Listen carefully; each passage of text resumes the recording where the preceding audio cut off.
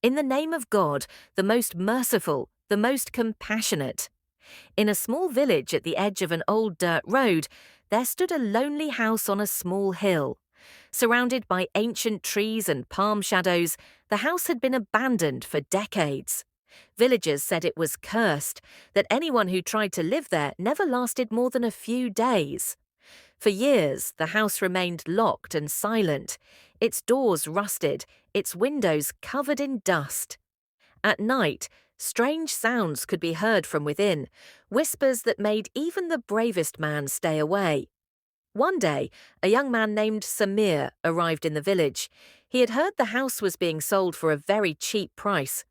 At a small tea shop near the entrance of the village, he asked the old man behind the counter, "Sir, is it true there's an old house that no one lives in?" The old man looked up with tired eyes and said, "Stay away from that house, boy. Whoever enters never comes out the same." But Samir just smiled. "Ghost stories," he said. "I don't believe in curses or jinn." That night, he took his lantern and went to the house. The air was cold, the sky dark, and the metal gate creaked as he pushed it open. Inside, the dust covered everything. Spiderwebs hung from the ceiling, and the air smelled of time and rot. As he walked through the hallway, he heard footsteps above him. He froze. "Who's there?" he shouted. No answer, only silence.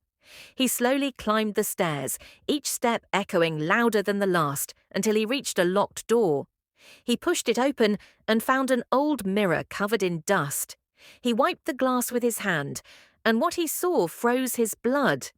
It was his reflection, but the reflection smiled back at him. Samir wasn't smiling. Then the reflection began to move its lips, whispering words he couldn't hear. The air grew cold. The lantern flickered, then went out.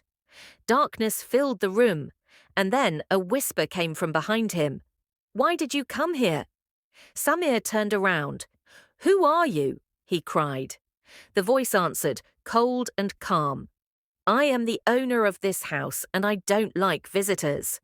The windows slammed open, the wind howled through the room, and the mirror shattered into 1,000 pieces. On the floor, in every shard of glass, Samir saw faces, tiny faces, all silently screaming.